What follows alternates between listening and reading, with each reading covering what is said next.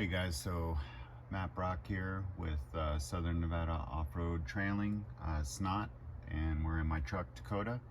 As you can see, I'm kneeling right now, and that's because we have both front seats out. What we're going to be doing today is replacing this. So this is the Alpine Halo11. I got it from Crutchfield and also bought the Maestro system. We'll go ahead and get into the prices in a minute. It's a beautiful head unit. As you can see, it's quite large. That's also kind of its downfall as well. So I got a hold of Stinger Off-road, and what we're going to be doing is we're going to replace it with this guy, the Heigh10, and along with that we got the Tacoma integration kit so that everything looks nice, clean, as stock as can be. It's got all of the harnesses already wired up. This is true plug and play, and it includes the adapters so that it'll fit right in here. I'm deciding to go ahead and change this for a couple of reasons. The first thing is I off-road a lot, and anytime I go down washboard roads or bumps, this thing is a floating screen. So the Alpine has the single din head unit, and it's actually positioned at the upper part of the cutout, which makes it stick even higher up. And anytime you're going over bumps with the floating screen, this thing's just shaking all over. Honestly, it makes me nervous. I bought streetcar braces to put behind this to push it so that it didn't jump around as much, and it was still somewhat of an issue. The other thing with the Halo is, since it's higher up, this thing is huge, and at nighttime the auto dim feature doesn't work as well as I would like to. So when I'm out on a trail and the only lights are basically what's in the cab and what's on top and in front of my car, this thing gets so bright that sometimes visibility is cut out. And again, with it being at the higher position, being a single din, it cuts off some of my field of view over here to the right. Nothing huge, but it's a distraction, particularly at night, and then with the washboards and watching it kind of do one of these numbers is just too much. So we're going to go ahead and take this out, and we're going to install this and see where everything's at from there. All right, hey guys, so wanted to go ahead. We have the Heigh10 is now fully installed. So a couple things. The install process, pretty identical between the Alpine Halo 11 and the Heigh10. They both include a modular box that integrates all your steering wheel, controls things with the car. They all hook up pretty much the same. So from an install perspective, pretty identical. Not difficult at all. So, you know, the Alpine came already hooked up with a wiring harness. We'll get into that in a minute, because let me tell you, I had to pay a really pretty price for the integration kit from Crutchfield.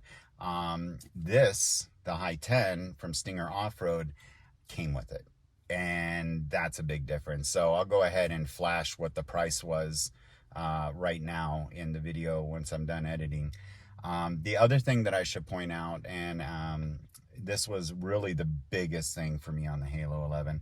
The Halo 11 is a single din unit that goes right where the stock factory one did. And what happens is the way that it's set up, it's got an 11-inch screen, but it plugs in to something about this wide and about that tall. So it's a little card type thing that it goes into, 4 screws plus 1 as a safety measure to turn it up and make sure it can turn on and off. The problem is when you're going down washboard roads and when you're actually off-roading, when it sits up high and it's only got that one little anchor point, it sits and it does one of these numbers every single time. It made me nervous as can be. Again, just a small little thing for it to slide onto to latch and to keep itself stable. The screen started moving quite a bit. At some point, I had really big concerns that it was going to break. The Heigh10 right now actually doesn't do that. So let's focus this real quick here. So the Heigh10 actually comes with this, and the actual head unit display goes into this, very similar to kind of like a tablet cover or something, or a cell phone case. It goes into this, and it's recessed here and here to fit the contours of your dash. And what happens is there's 4 mounting bolts behind it, and those mounting bolts go into this, which then screws into side brackets mounted in the back side.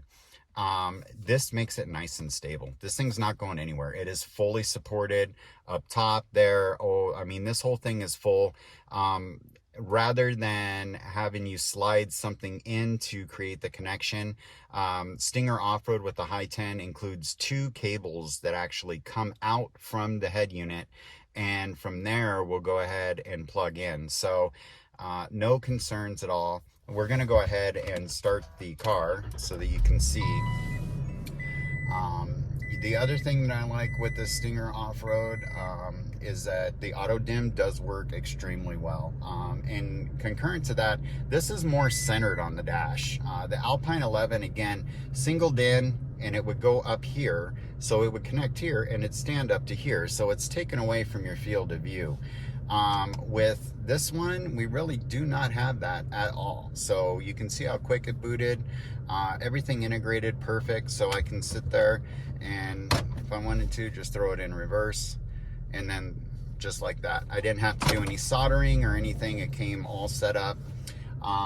The other thing that I will point out, and we're going to cover this a little bit later, you can actually add 4 external cameras to this for your off-roading. So if you wanted to go ahead and add a front view, a rear view, and then a view on each side, you can do that. The other thing that it does do is you can use your turn signals as a trigger. So if you want to set up a camera to point at the blind side, and then when you're going to change lanes, you can do that. And what'll happen, you'll turn on your blinker to change lanes, it'll pop up, and then you can go ahead and see, hey, there, there's a car there, or it's clear. So all in all, extremely pleased with this, especially for the price point and everything that's included. But the main thing for me is how well this is supported. This is really truly made and solid for off-road. The Alpine Halo 11, it was just too big of a screen on a little connection about that wide with 4 little bolts, and it would hop all over. It just made me just extremely nervous. So very, very, very happy with this. It sounds fantastic. The other thing that I like really quick is you can go to settings, and I can go ahead and go to sound settings right there, and I can go to factory EQ, which these are all set up, so rock, hip hop, electronic, or I can go to equalizer and manually doing it. With the Alpine, I couldn't do that. Even if I just started the car, I had to put it into drive, put it back in park, and then pull the e-brake again, just so it would release the settings so that I can get in and start playing with it. With this one, I can actually access that. I'm in park right now. I understand, why Alpine would do that from a safety perspective, but on the other hand too, if I started out in park, it seems really silly to have to go park, drive, park, pull e-brake just to get to my EQ. So again, just really, really pleased with this unit. It's gorgeous. And if you didn't know what a Tacoma was supposed to look like, and you got into my car, it looks like it came from the factory. It just is very clean, impressive. It goes right around there, the actual AC vents, so it just looks nice, crisp, clean.